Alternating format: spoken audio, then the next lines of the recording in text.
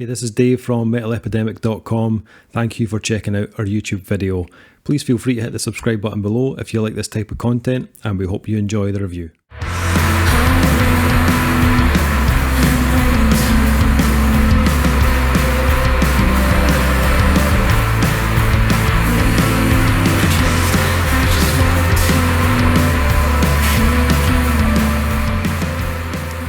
What is up, sexy people of the internet? Dave here with Duncan and Kyle from Metal Epidemic, back with another review. And for this review, Duncan, Kyle and I have been checking out the new album from Belgian shoegaze band Slow Crush. Oh, they're Belgian, I had no idea. Yes.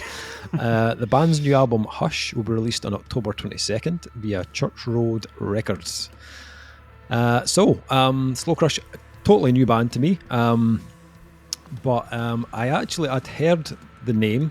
I'd never heard them before, but I heard the name because I found out they were going to be supporting Loathe on their UK tour. That's a good match. So that was good enough for me. I was like, I need to check that one out. And I listened to a couple of the singles first, and I thought, yeah, definitely interesting, definitely piqued my interest. So I thought, why not? Let's dive into the album. This is the band's second album, which was recorded mid-pandemic in January 2021 at Number 9 Studios in Belgium, in whirling rain and snow. It was recorded by Sebastian Omerson and Matthias Hendricks, and then produced by Slow Crush, Sebastian Omerson and Neil D. Kennedy. Neil D. Kennedy also mixed the album.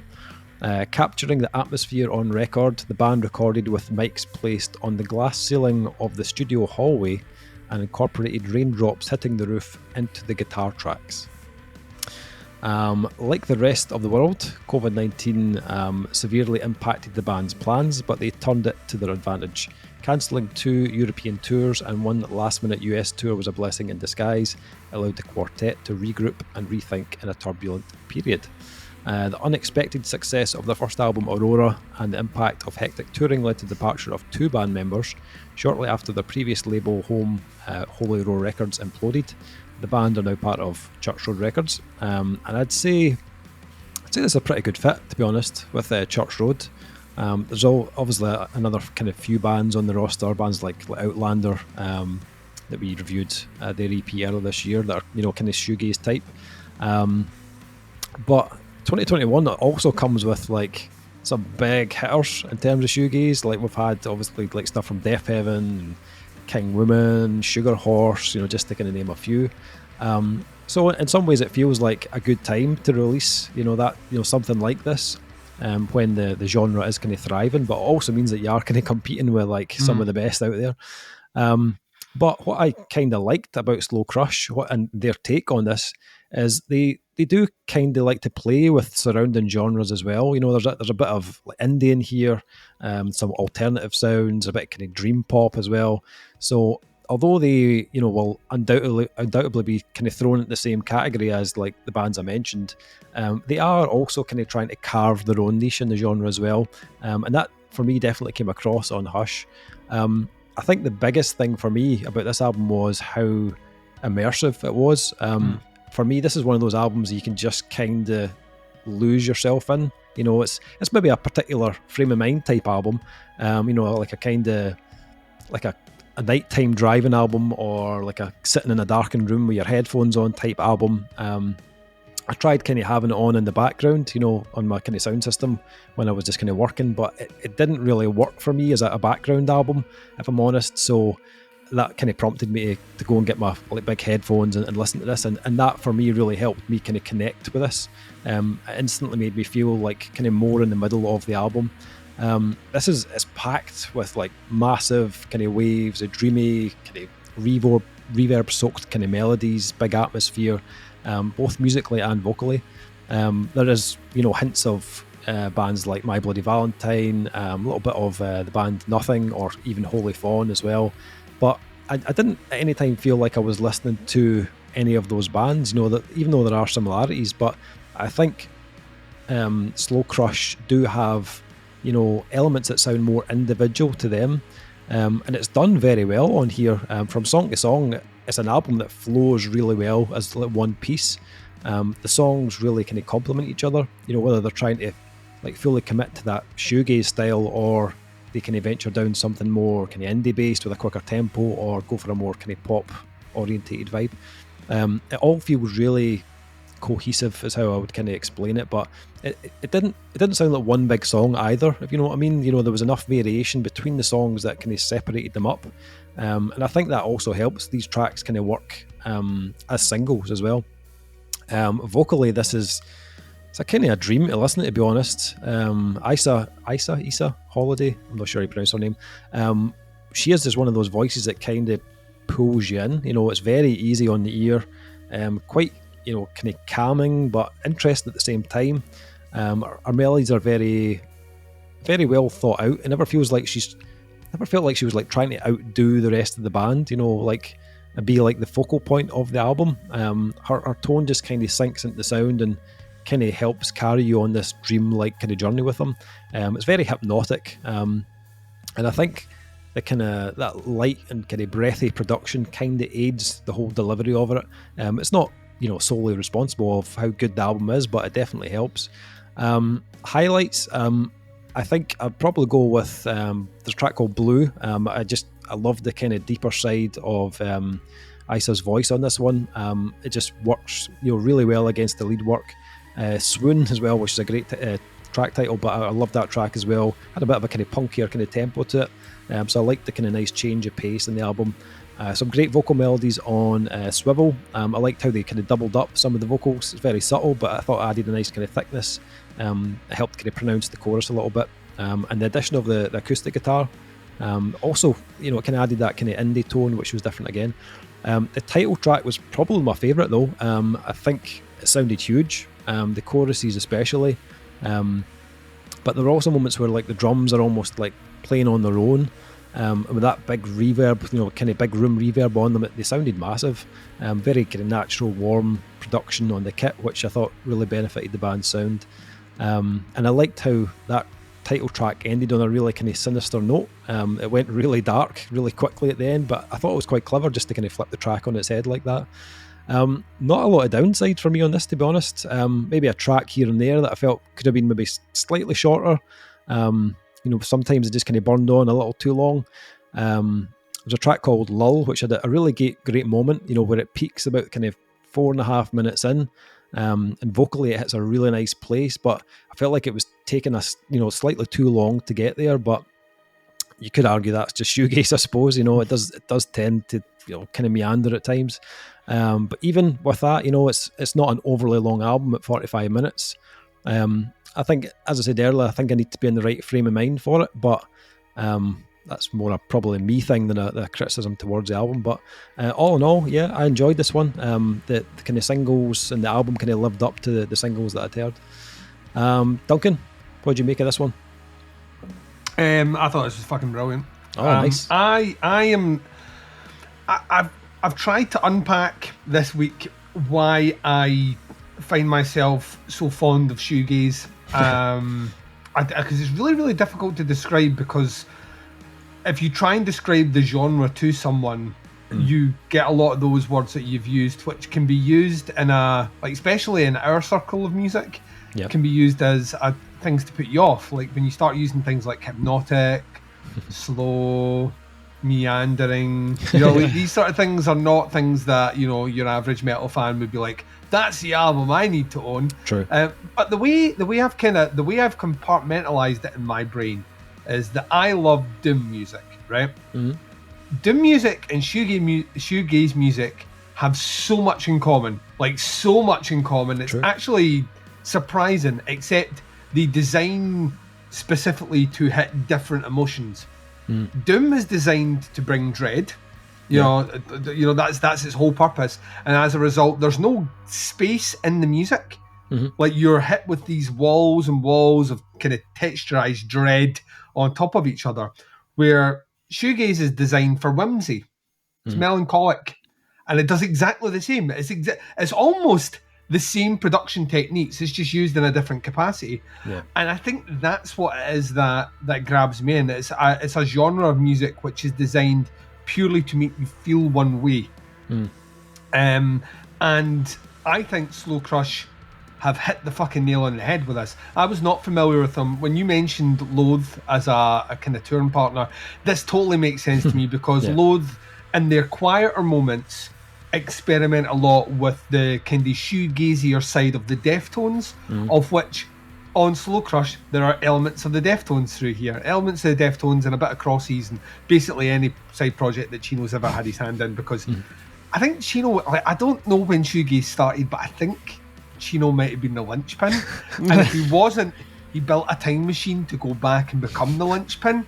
Like, every band just feels like there's a particular point in music where Chino started doing his thing, probably era like maybe White Pony, and then bands just split off and new genres were created. This is such a well put together album. I see what you're saying. I think you do have to be in a particular frame of mind because it has kind of almost a moratorium of passing forward a specific feeling and a specific pace and a specific style. Yeah. That, you know, this is not your get up on a Monday morning, get yourself ready to go to work sort of music. It doesn't. It never hits that stride at all. Unless you work in a mortuary. Unless you work in a mortuary. Do you want to be melancholic and whimsical in a mortuary? Oh, yeah, maybe. Unless away you over were like death. I was going to say, unless you were like a professional dreamer. Yeah. What do you do for a living? Well, I dream. So yeah, I think that's where Slow Crush exists. I think it's a genre of music that always it makes me hear colours. It's a weird thing to describe. Yeah.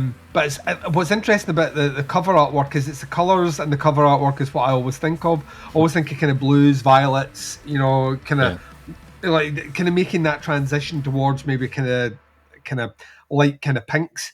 Yeah. That's the kind of style they go for, and the music hits that. The production on this is fucking jaw-dropping. Like, absolutely jaw-dropping. Like, I could make out everything that was being played. Now, granted, a lot of it has reverb and whatnot on it, but when you let yourself slide into the music, like, you have to, it's like a warm bath. You just slide yourself into that bath. It's difficult not to be hit with all the instrumentation, the layering that they're doing deliberately, and then her vocals come in, and my God, if ever there was something to anchor you and take you through the journey, it's her. I think she's got an incredible voice. Like, it is mesmeric, like you said, is probably one of the better descriptions. But what I like is Shoegaze can sometimes be deliberate in that the vocalist has a one range and he sticks to that one range, and that's kind of what he does. Yeah. And here she was playing around. She was singing higher. She was singing lower. She would, like, what I loved as well is when you land on what is perceived as a chorus in this music, it really just, the band opens up even more. I was kind of blown away by this. I'll be honest, you use it in your press release about raindrops through the guitar. I didn't pick up any of that, and I've got good headphones. But I'm not saying that. Hey, if it is in there and it's added to the enjoyment, then let's fucking use it. But to me, that's lost to me. I couldn't pick that out. Maybe Kyle's got better ears than me. I couldn't pick out any of that shit. But what I could pick out was a band that have really immersed themselves in creating a specific landscape of sound that captures a feeling and an emotion and lack of urgency. Like, I know you were saying some tracks felt long to me. The songs start off very short, and then when Swivel kicks in at track 5 through to track 9, like the penultimate track, Thrill, the songs like easily all go over 5 minutes, and I found myself at times wanting more. I genuinely found myself just like lost in the music. It's very, very, very immersive. Like, very, very immersive. And the nearest thing I can describe it is I don't have a fascination for people that listen to ASMR stuff, because, like, if I want to listen to someone eat an apple, I'll eat an apple at my microphone and play it back. It's going to sound gross, right? It's not going to sound nice. But the way that people say that they can, like, specific tones or sounds they listen to go to sleep, this is a thing. It's weird. I get that with this band. Like I find myself unable to stop. Once you're in the track, I find myself unable to stop listening to the track. And yeah, this is not background music. Never play this. This is music that you kind of need to follow. Yeah, you kind of need to be in. This hit me just right. I think this is fucking great.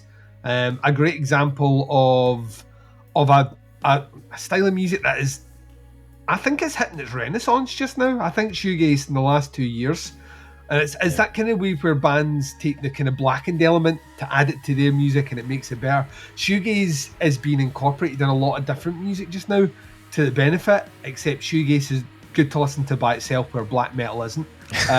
So you know what I mean? That's where it wins. This is brilliant. I don't want to put my cards down, but this is my favourite thing that I listened to, the stuff that you sent through. I think this is fucking great. So interesting. Okay, Kyle. This band's like a warm blanket, isn't it? Just wrap it around yourself and sit there for an hour and just, I want to get out of bed. That's what it feels like, you know. I loved it. I think it was. Don't really listen to music like this, but every time I do, I find myself liking it more and more. And with this one, it was really easy to like. I was on a road trip with a friend on the weekend. We put this on in the car, and there were moments where we both just stopped talking and just listen. And that rarely happens with us. We are talk machines. And so, I mean, if that's not testament to how good they are, then nothing is. But yeah, it was, the production is, I've not really quite heard production like this. Usually you want to stay away from too much reverb, but they've really made it a part of their sound, and it works because you can still hear everything. Even on that faster track, what was it called? Swoon? Like you could hear the drums going and everything, and they were fast, but no definition was lost. Yeah. Mm. Nothing was muddy and awful and crap. So they've really nailed how to use reverb in great amounts very cleanly. And I appreciate that quite a lot. I loved it. And the depth of her voice as well. She's got incredible range and she uses it, but she uses it very sparingly. She's never overdoing one thing. And she's always coming back to sort of where she's comfortable, but it's not. And there's not too much of it. There's not too little of it. It's just the right amount. And there's great expanses of music where she's not even singing at all. Didn't pick up on the raindrops thing at all. I didn't hear it. I mean, you said that and it was a surprise to me. I'm like, okay, if they did that, great. I didn't hear it. So, but yeah, no, I mean, I could listen to this for days. I could lose myself in this album for days. Honestly, I could just sit here with the headphones on and, this is nice. And I think there's some people that, like, the thing is, I feel like you almost doubled down on this. There's a lot of people that consider shoegaze lazy music. It's not. There's a lot of technique and skill in this. You can't just sit there with a guitar and a reverb pedal and go, "Oh, I'm making shoegaze now." But this is my point. Like, you can tell the difference between a good shoegaze band and a bad shoegaze band really fucking quick. And they weren't particularly bad, but recently we reviewed that. Was it Chrome Waves? That dabbled in a lot of the shoegaze stuff, and it kind of felt like they had this one good idea, but that was the song. And they just couldn't quite transition away from it. This is how it's done well. Like, the transitions and movements in the music are very, very, very clever. You know, and that's why, like, anyone that thinks it's lazy because it's not fast and it's not distorted and it's not the most brutal thing you've ever heard and there's no techie chops or whatever, doesn't understand movements in music, because this is what this is. It's all about composition and movements to make you feel. It's that way when you study music at school, and I used to think it was the most fucking ludicrous thing where your teacher would be like, right, we're going to listen to Tchaikovsky. Right, what do you think he was feeling when he wrote this part? And I was like, unless he wrote it down on the notation, there's no way of knowing that. Yeah, right. Like, but no, you can tell. Like, if you listen, you can tell, like, what is it evoking and whatnot. And I used to think that was like the musical theory side of things. I used to find the most painfully boring thing ever. But it's only in my older age I've understood that there's a craft to it. Yeah. And if you get it right, like, you can be taking places. You can be sitting there and you could be getting goosebumps, like goose flesh, listening to something, and you're unsure why, and it's because the movements in the music are taking you there. And Soul Crush are awash with it. Yeah. And they make it sound so. That's the other thing about the genre. They make it sound so fucking easy. Yeah. It's like it transitions out of nowhere, and it just, everything sounds organic and natural and flowy and great. So for anyone listening to this just now going, well, it's not doing that. And I'm not even dignifying the sentence with actual words, because that's how I hear what they sound like when they moan about things. It's a very difficult thing to write, because if you could write better, Mr. Tech Death Metaler, write some shoegaze, send it in, we'll review it. Yeah. Not as easy as you think. Really isn't. Not even So, close. there we go. Okay. That's me starting my fucking war on Get this that thing. off your chest. I'd be more interested in getting that goose flesh, get that copyrighted.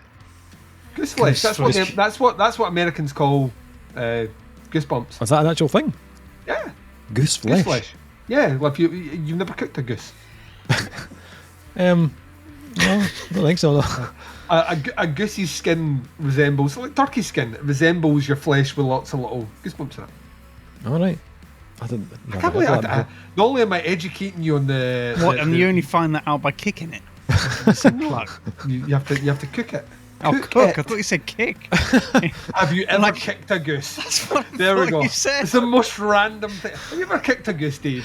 That's how You you ever find out slapped a it's got biscuit? prickly flesh. Yeah. You ever fucked a fish, Dave? I mean, like, where do we go with this? It's the accent, Kyle. It's the accent. Yeah, it must be.